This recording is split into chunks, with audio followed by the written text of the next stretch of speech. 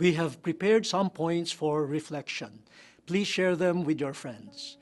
The first question is, do we find security and stability in Jesus in times of uncertainty? Nakakahanap ba tayo ng seguridad at katatagan kay Jesus sa panahon ng walang kasiguraduhan? The second question is, how can we awaken hope among the lost and the confused? Papaano natin mabubuhay ang pag-asa sa mga nawawalan ng landas at mga nalilito?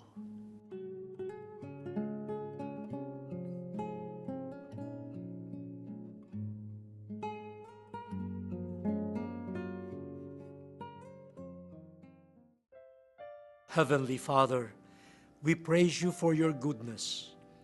We thank you for sending our Lord Jesus Christ to mend our brokenness and bring us back to you. Through him, our brother and mediator, we beg you to continually bestow on us your mercy and love.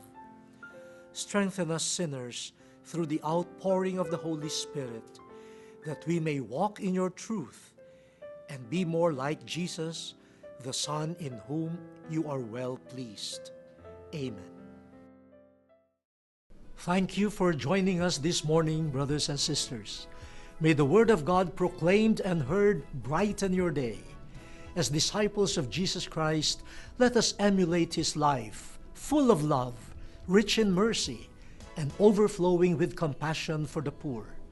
May the Lord, who is our peace, protect you and all whom you love.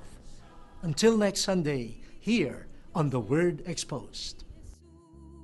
Ang siyang sa mundo'y tumubos, langit at lupa siya'y papurihan, araw at tala siya'y parangalan, ating pagdiwang pag-ibig ng Diyos.